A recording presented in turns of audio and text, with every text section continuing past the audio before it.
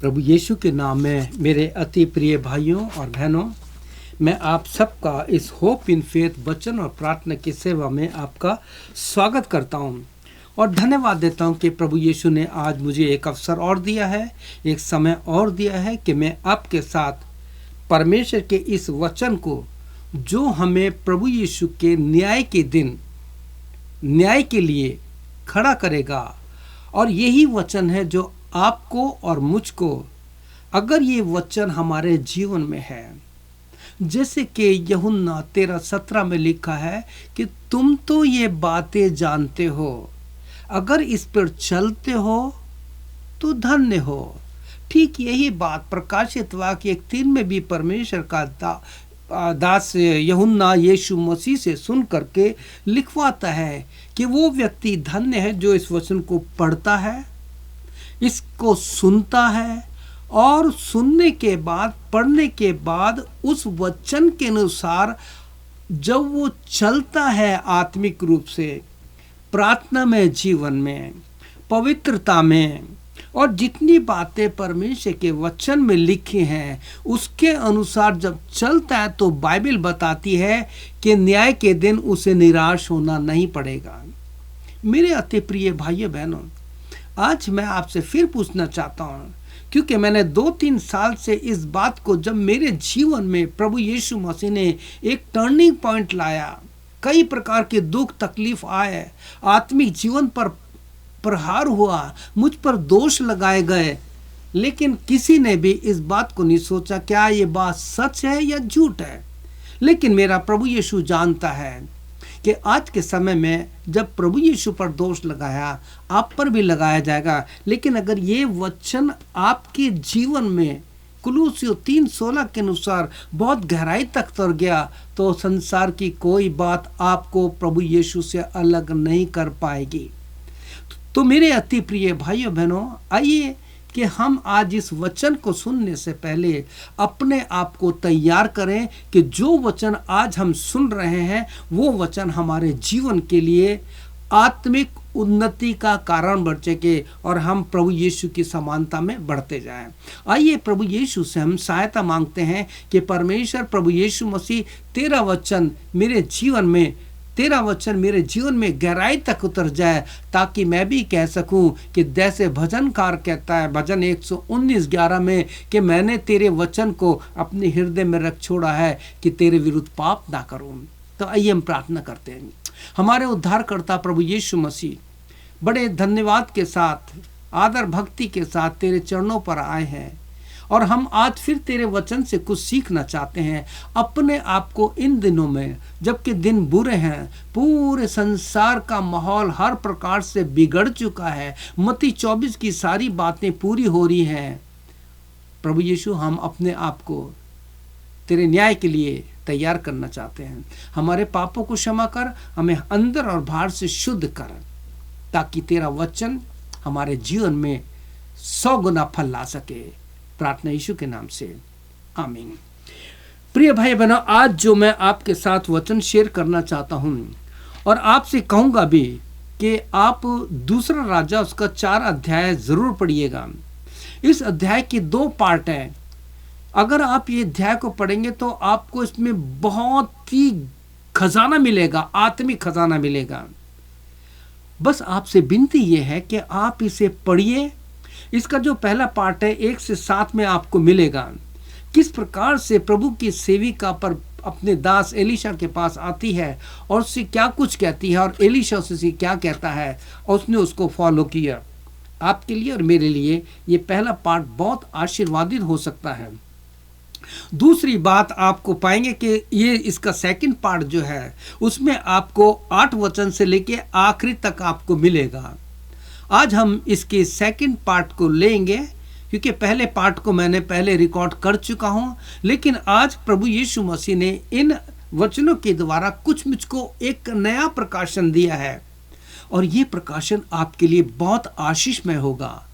मैं प्रभु यीशु के क्रूस की सामर्थ्य में, प्रभु यीशु के उस लहू की सामर्थ्य में, प्रभु यीशु के इस वचन की सामर्थ्य में आपको एश्योर करना चाहता हूँ, आप को मैं पूरे विश्वास से कहना चाहता हूं, यदि आज आपने इस वचन को गहराई से सुन लिया तो आपके घर में छोटे बच्चे से लेके बड़े बच्चे तक, चाहे उनका विवाह हो गया है, चाहे विवाह होने वाला है, उन सब के लिए और आपके लिए और मेरे लिए, जो हम माता पिता हैं, हम जो पति पत्नी, हमारे लिए एक बहुत बड़ा, एक इतना आत्मिक आशीष का कारण बन जाएगा कि हम कह सकेंगे, प्रभु यीशु मसीह, मैं तेरे न्याय के दिन के लिए तैयार हूं। तो आइए हम इस दूसरे भाग के, जो सेकंड किंग है, दूसरा राजा है, उसका 4 अध्याय पढ़ते हैं। तो मैं आप चाहूंगा कि इस पूरे अध्याय को जब पढ़ेंगे तो यहाँ आप पाएंगे कि कुलीन स्त्री एक धनी स्त्री है जिसका पति बूढ़ा है, और ये स्त्री बहुत एक्टिव है। किस प्रकार से ये स्त्री अपने पति से, अपने उस सेवक को पहचानती है और कहती है कि मुझे ऐसा लगता है कि जो व्यक्ति जाता है ये परमेश्वर का कोई सेवक है। ठीक यही बात आपको प्रेरित 4 में मिलेगी, किस प्रकार से प्रभु यीशु के चेले पतरस और यूहन्ना को लोगों ने पहचान लिया कि यीशु के साथ रहते हैं। प्रिय भाइयों बहनों, अभी आज की ज़रूरत ये है कि हम प्रार्थना में, परमेश्वर के वचन में आत्मिक रूप से हम कितना अपने आप को बढ़ा रहे हैं, हम कितना समय परमेश्वर के दे रहे हैं। क्योंकि आज का समय ऐसा है कि यूहन्ना 10:10 के अनुसार उस दुष्ट ने आपका और दुनिया के लोगों का समय की चोरी कर ली है। उनके पास पति पत्नी के को एक दूसरे से बात करने का समय नहीं है, नौकरी है और बहुत सी बातें। बच्चों के पास माता पिता से बात करने का समय नहीं है। लोग हमेशा टेंशन में रहते हैं, लोग हमेशा इरिटेट रहते हैं, झगड़ा लड़ाई, ये सारी बातें आज परिवार में हो रही है। क्यों?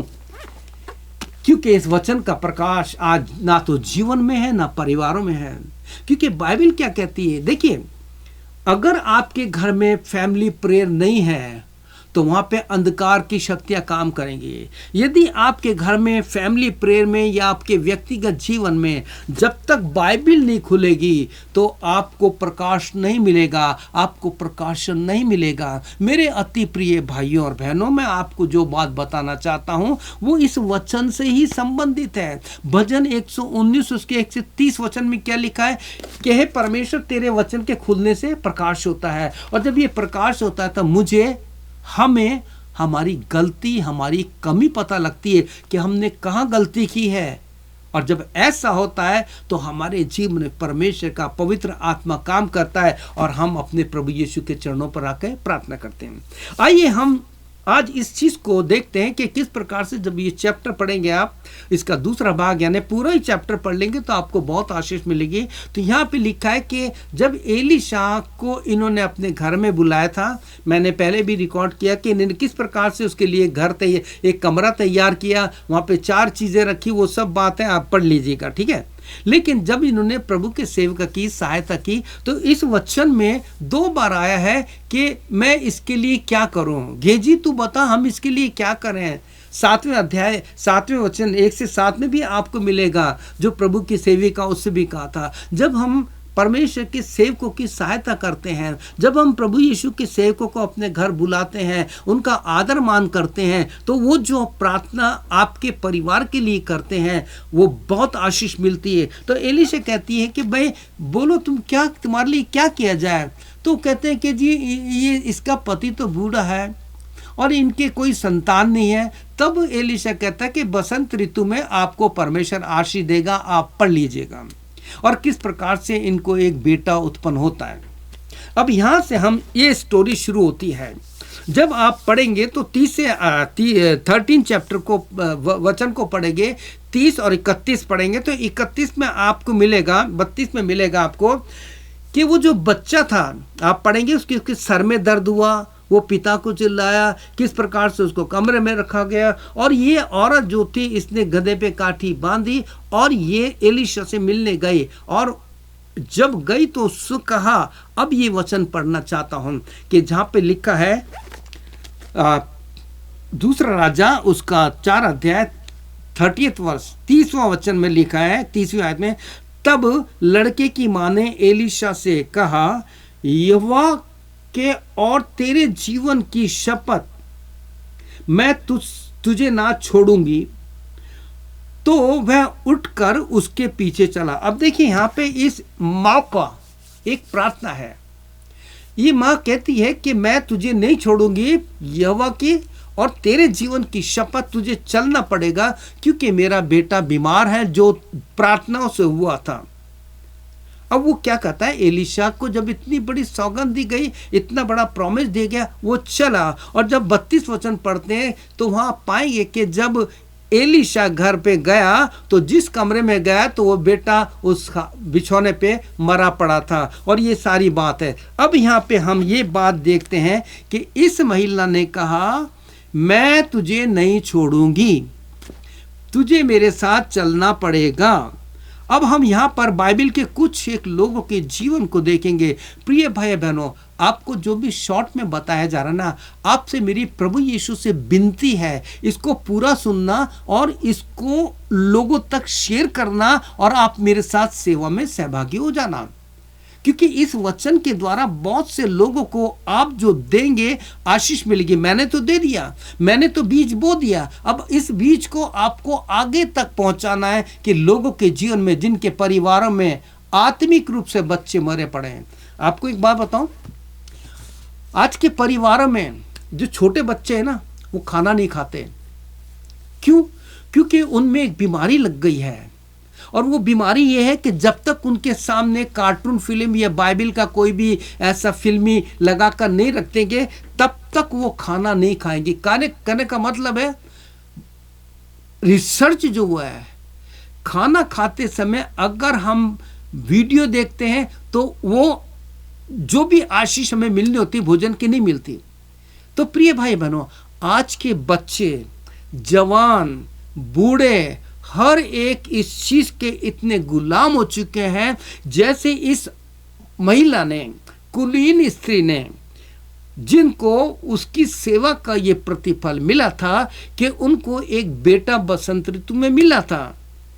और किस प्रकार से वो बीमार हुआ और जब आकर देखा तो मर गया। लेकिन उसने कहा था, मैं तुझे नहीं छोड़ूंगी, तुझे यहोवा परमेश्वर की और तेरे जीवन की शपथ तुझे देती हूं कि तू मेरे साथ चल। और एलीशा उनके साथ चल दिया। अब अगर आप बाइबल में कुछ लोगों के जीवन को पढ़ेंगे तो आप पाएंगे, बस चैप्टर में बता देता हूं, थोड़ा थोड़ा मैं आपके लिए इसको शेयर करूंगा कि किस प्रकार से जब हम परमेश्वर के साथ कहते, यीशु मैं तुझे नहीं छोड़ूंगा, तुझे मेरे परिवार में, मेरे बच्चों को आत्मिक रूप से जिंदा करना पड़ेगा, मेरी पत्नी को आत्मिक रूप से जिंदा करना पड़ेगा, मेरे पति को आत्मिक रूप से जिंदा करना पड़ेगा, मेरे बच्चों को, मेरी बहू को, मेरे खानदान को, तुझे यीशु मसीह आत्मिक रूप से जिंदा करना पड़ेगा। क्योंकि ये सब आज के माहौल में, ये जो छोटा सा इंस्ट्रूमेंट आ गया है, इसने सबको आत्मिक रूप से तुझसे दूर कर दिया है। ना ये बाइबल पढ़ते हैं, ना फैमिली प्रार्थना होती है। प्रभु यीशु मेरी सहायता कर। कोई तो ऐसा हो जो इस स्त्री के समान कह सके, यीशु मसीह मैं तुझे सौगंध देती हूँ, मैं मर जाऊंगा या मर जाऊंगी, तुझे मेरे घर में आत्मा की आग लगानी पड़ेगी। अब यहां पे देखिए, जब आप उत्पत्ति की पुस्तक पढ़ते हैं, द बुक ऑफ जेनेसिस, उसका 32 अध्याय 32 चैप्टर पढ़ते हैं, तो इस चैप्टर को आप पूरा पढ़ लेंगे तो आपको बहुत आशीष मिलेगी। लेकिन 24 से लेके 31 वचन तक आप पढ़ेंगे तो वहां पे सारी आशीष पढ़ने को मिलेगा कि किस प्रकार से याकूब जो था अड़ंगा मारने वाला था, झूठ बोलने वाला था, धोखा देने वाला था, किस प्रकार से जब एकांत में गया तो लिखा है कि वो किसी व्यक्ति से रेसलिंग यानी उसके साथ मल्ल युद्ध करते हुए पाया गया। पढ़ेंगे तो यहाँ पे लिखते हैं कि जिस प्रकार से याकूब जो है उस व्यक्ति से जो परमेश्वर का दूत था, ऐसा माना जाता है कि किस प्रकार से प्रभु यीशु मसीह के दूतों को भी हम इस प्रकार से अपने साथ आशीष का भागी होते देखते हैं। यहाँ पर वो याकूब परमेश्वर के दूत से मल्ल युद्ध कर रहा है, लेकिन वो व्यक्ति विजय नहीं पा रहा। अब सुबह होने वाली है तो वो याकूब कहता है कि मुझे जब तक तू आशीष नहीं देगा तो मैं तुझे ना छोड़ूंगा। मैं पढ़ना चाहता हूं यहाँ पे इस 26 वचन में, तब उसने कहा मुझे जाने दे, यानी प्रभु के दूत ने कहा मुझे जाने दे, क्योंकि भोर हुई चाहती है। याकूब ने कहा जब तक तू मुझे आशीर्वाद ना दे, unless you bless me I will not leave you, मैं तुझे जाने दूंगा, तुझे छोड़ूंगा नहीं।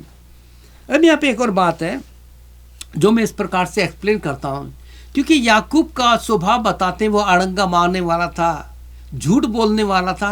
वो सोच रहा होगा कि ये जो व्यक्ति जिससे मैं आशीष मांग रहा हूं, ये अगर छोड़ूंगा तो ये भाग जाएगा, ये आशीष नहीं देगा। इसने उस प्रभु के दूत को भी अपने जैसा झूठा पाया, लेकिन वो बार बार कह रहा है मुझे जाने दे, सुबह होने वाली है।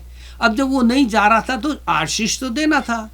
अब उस दूत ने क्या किया, अब यहाँ पे आपको एक बात बताना चाहता हूँ, थोड़ा सा खड़ा होता हूँ, ठीक है। मैं अब जब वो खड़ा हो गया तो अब देखिए यहाँ पे प्रभु के दूत ने क्या करा, ये जो जांग है ना, ये हमारी जांग, यहाँ पे एक सिल्वर वेन होती है जो बहुत ताकतवर होती है, जिसके कारण हम खड़े होते हैं। हमारे शरीर में सिल्वर वेन है, हमारे जोड़ों में।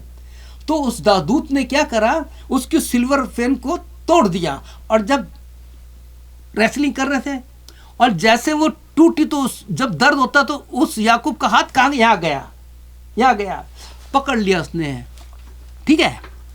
अब जब पकड़ लिया, नस टूट गई, दर्द हुआ, तो उसने कहा बेटा मैं तुझसे कह रहा था मुझे जाने दे, मैं आशीष तो दूंगा, लेकिन तूने अपने जैसा मुझे झूठा माना, लेकिन मैं आशीष तुझे दे रहा हूं। उसे क्या आशीष मिली? प्रभु के दूत ने कहा तू अपने जिंदगी भर अपने पिता को धोखा देता है, अपने भाई को धोखा देता है, तूने झूठ बोला, तूने जो कुछ किया है, लोग इस नाम से जानते कि यह झूठा व्यक्ति है। आज से तेरा नाम याकूब नहीं होगा, आज से तेरा नाम इस्राएल होगा। उसे एक आशीष मिली। प्रिय भाई बहनों, आपको आशीष पानी है तो प्रभु यीशु को पकड़ लिए। मेरा व्यक्तिगत अनुभव आपको बताता हूँ। मैं कभी कभी क्या करता हूँ, ये मेरा जो ऑफिस भी है, ये मेरा स्टूडियो भी है, यहाँ पे सारे साधन लग रहे हैं, कैमरा है, मॉनिटर है, सब कुछ लगा है। तो मैं कभी कभी क्या होता है कि जब मैं बैठा होता हूँ ना, प्रार्थना कर रहा हूँ, कोई ऐसा विषय होता है, तो मैं कहता हूँ प्रभु मैंने पकड़ लिया, अब मैं तुझे जाने नहीं दूंगा। हमारी प्रेयर लिस्ट में कुछ लोग ऐसे हैं जो बहुत सीरियस हैं, बीमार हैं, उनके लिए लड़ रहे हैं, प्रभु उनको चंगा करना पड़ेगा। और फिर आत्मा में लगता है कि प्रभु यीशु ने हमारी प्रार्थना सुन ली। क्या आप अपने परिवार के लिए, आपके बच्चों के लिए, आपके एंटायर फैमिली जो है उसके लिए प्रार्थना करेंगे, प्रभु यीशु जब तक तू मेरे परिवार को मुझे आशीष ना दे, मैं तुझे जाने नहीं दूंगा, मैं तुझे जाने नहीं दूंगी। इसके लिए आपको त्याग करना पड़ेगा, बाइबल पढ़नी पड़ेगी, और हो सकता है अगर उपवास के साथ प्रार्थना करें तो उपवास के साथ प्रार्थना कीजिए।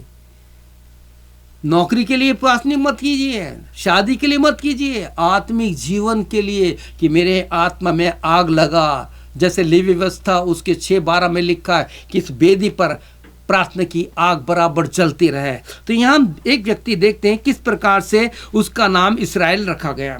दूसरा, जब आप पढ़ेंगे, ये कुछ उदाहरण बता रहा हूं मैं आपको कि किस प्रकार से बाइबल में हमें उदाहरण मिलते हैं कि जिन लोगों ने कहा उस कनानी स्त्री की तरह कि यहोवा और परमेश्वर की तेरी सौगंध, मैं तुझे नहीं छोड़ूंगी, तुझे मेरे साथ जाना ही पड़ेगा, आना ही पड़ेगा, और मेरे बेटे को ठीक करना पड़ेगा। और यहाँ हम दूसरा स्त्री को देखते हैं जो आपको मत्ती 15 अध्याय में मिलेगा।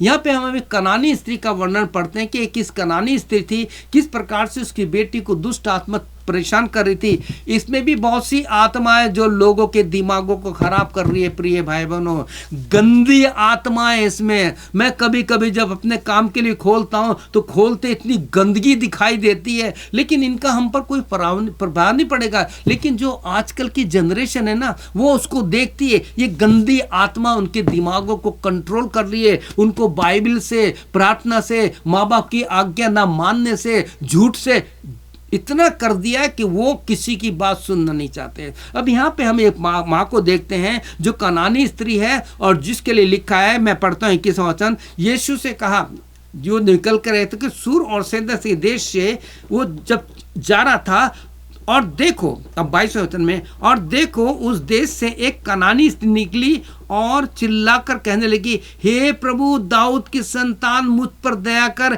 मेरी बेटी को दुष्ट आत्मा बहुत सता रही है। अब यहाँ पे हम उसका धीरज देखते हैं।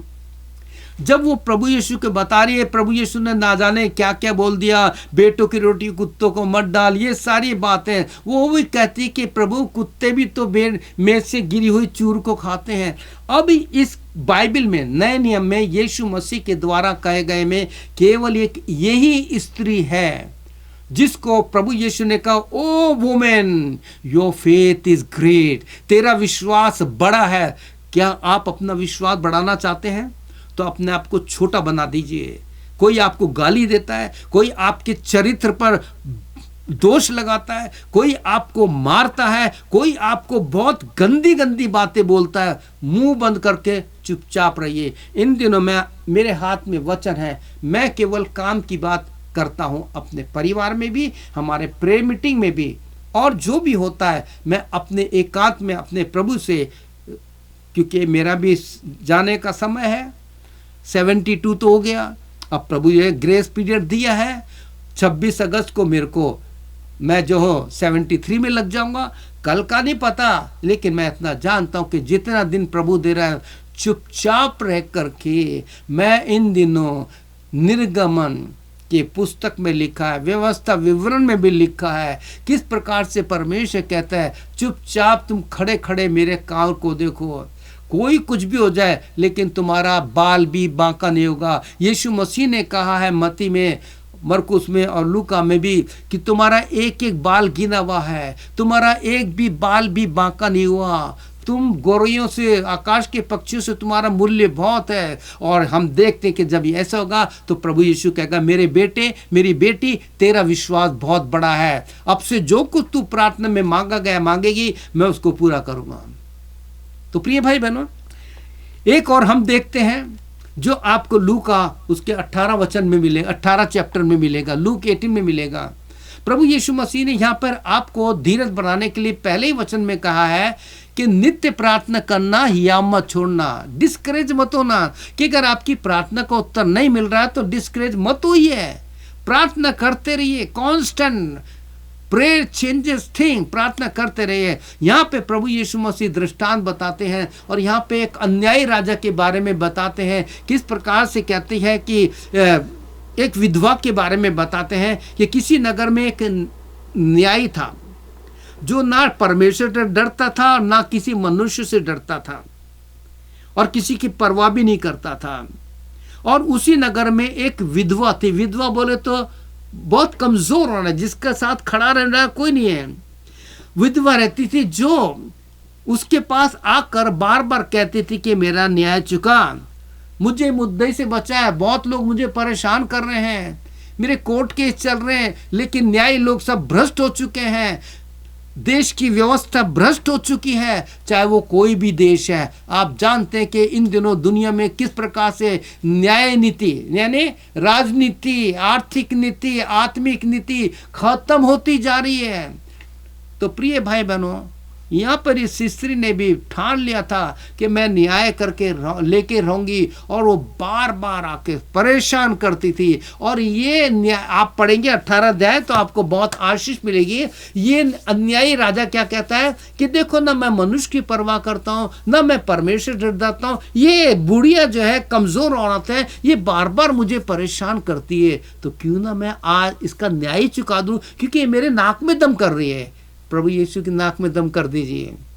आप बीमार हैं, आपकी बेटी बीमार है, आपकी पति या पत्नी कोई भी बीमार है परिवार में, प्रभु यीशु से कहिए, प्रभु यीशु सबसे पहले जो पाप की बीमारी है तू उसका इलाज कर, मेरी पाप का इलाज कर, क्योंकि पाप की बीमारी में अगर हम मर जाएंगे तो न्याय के दिन हमें निराश होना पड़ेगा। तो इसलिए हमें प्रार्थना करनी है, प्रभु यीशु मसीह पहले मेरे पाप की बीमारी का इलाज कर। आज मैं तुझे अपना जीवन देता हूँ, ये देती हूँ, ये मेरे शरीर के घाव हैं, मेरे शरीर में जो पीड़ा है, मेरे शरीर में बीमारी है, जख्म है, ठीक नहीं हो रहे हैं। प्रभु यीशु मसीह न जाने मेरी आत्मा में कितनी बीमारी है, न जाने मेरी आत्मा में कितने जख्म है, न जाने मेरे दिमाग में कितनी भ्रष्टता के जख्म हो चुके हैं, जो मुझे तेरे वचन को पढ़ने नहीं देते, जो प्रार्थना में आने नहीं देती। ओ मेरे यीशु मसीह, पहले मेरी इस पाप की बीमारी का इलाज कर। जब आप ऐसी प्रार्थना करेंगे ना और यीशु के पास कहेंगे कि यीशु आज से मैं तेरे वचन को अपने हाथों में लेता हूँ, ये लेती हूँ। और प्रभु यीशु मसीह आपसे प्रार्थना विनती करता हूँ कि आपने जो कुछ भी मेरे लिए रखा है, प्यारे प्रभु यीशु आपसे प्रार्थना विनती निवेदन है, हमारी सहायता करे कि हम तेरे साथ अपने जीवन को बिताना चाहते हैं। प्रभु यीशु आपसे प्रार्थना है, मेरे जीवन में जो पाप के गंदगी है इससे मुझे क्षमा कर, मुझे नया बना दे। और जब ऐसा होगा ना तो आपकी बीमारी सब खत्म हो जाएगी। आपकी सेवा में, आपकी नौकरी में, आपके पैसे में जो भी रुकावट आ रही है, प्रभु उसमें बहुत आशीष देगा। मेरे प्रिय भाई बहनों, आपसे मेरी प्रार्थना विनती है, हमने पहले ही पढ़ लिया था किस प्रकार से वो स्त्री अपने बेटे के लिए एलीशा के पास आई। वो तो एलीशा के पास आई थी, भविष्यवक्ता के पास आई थी। आज आपको और मुझे यीशु के पास आना है। In our day-to-day life, every day we have to say, Lord Jesus, forgive my son, Lord. Lord Jesus, I am very weak. पिताजी मेरी सहायता कीजिए। मुझे पूरा विश्वास है इस वचन के द्वारा प्रभु यीशु ने आपको आशीष दी है। और आज से ही बाइबल पढ़ना शुरू कर दीजिए, प्रार्थना कीजिए और देखिए कि किस प्रकार से जो भी प्रचार किया जा रहा है, जो भी मैंने आपको प्रीच किया है, अगर इस बाइबल के अनुसार नहीं है तो इसको फॉलो मत करना। Don't follow me, follow Jesus Christ. प्रभु यीशु आपको आशीष दे। आजकल तो ये फेसबुक पर न जाने क्या क्या चल रहा है, लोग कहते हैं मुझे फॉलो करो। No, I follow Jesus. I have decided to follow Jesus, not turning back, not turning back. मेरे पास समय भी नहीं है क्योंकि अभी इसमें इतना भंडार भरा पड़ा है, इतना खजाना है कि मेरे को टाइम नहीं मिलता। लेकिन फिर भी जितना होता है, जैसे प्रभु यीशु ने बात की, आज ये दर्शन दिया, आप तक पहुंचा दिया। ये बात मुझे प्रभु यीशु से पहुंची, मैंने आपको पहुंचा दी। अब ये आपकी जिम्मेवारी है कि इस वचन को आप कितनों तक पहुंचाएंगे। प्रिय भाई बहनों, क्या आप चाहते हैं मेरे साथ प्रार्थना करें? तो मेरे साथ पीछे ये प्रार्थना कीजिए। ये कन्फेशन की प्रार्थना मैं भी कर रहा हूं। तो बोलिए, प्रभु यीशु, पहले तू मेरे पाप की बीमारी का इलाज कर रहा है। मेरे हृदय में, मेरे दिमाग में, मेरे शरीर में न जाने कितने पाप के जख्म हो चुके हैं। मैं अपाज हो चुका हूं, अपाज हो चुकी हूं। तेरा वचन को उठाने के लिए मेरे हाथ सूख चुके हैं। मेरे हाथों को ठीक कर दे, मेरे पैरों को ठीक कर दे, इसमें जान डाल दे कि मैं तेरे वचन को लेकर लोगों के पास जाऊं। प्रभु यीशु, मेरे पापों को क्षमा कर, अपने लहू से धो दे। यीशु मसीह, आज से मैं वायदा करता हूं या करती हूं कि मैं तेरे वचन को पढ़ूंगा, इसको अपने जीवन में लूंगा या लूंगी और अपने जीवन को, बाकी के समय को वो तेरे साथ बिताऊंगी या बिताऊंगा, ताकि मैं एक दिन तेरे सामने न्याय के दिन खड़ा हो सकूं या खड़ी हो सकूं, ताकि निराश ना हो। प्रभु यीशु, धन्यवाद, इस वचन के द्वारा तूने मुझे आशीष दे, मेरे पापों को क्षमा किया। धन्यवाद यीशु। सारी महिमा प्रभु यीशु हम तुझे देते हैं, प्रार्थना यीशु के नाम से, आमीन। प्रिय भाई बहनों, प्रभु यीशु आपको बहुत आशीष दे, आपकी सहायता करे कि इस वचन को आप लोगों तक पहुंचाइए, ताकि हम यीशु से कहें कि यीशु, हम तुझे नहीं छोड़ेंगे जब तक तू मेरे परिवार में आत्मिक जागृति न लाए, जब तक तू हमें आत्मिक रूप से चंगाई ना दे। प्रभु यीशु आपको आशीष दे। May God bless you. आमीन और आमीन। प्रभु यीशु की शांति आपके साथ रहे।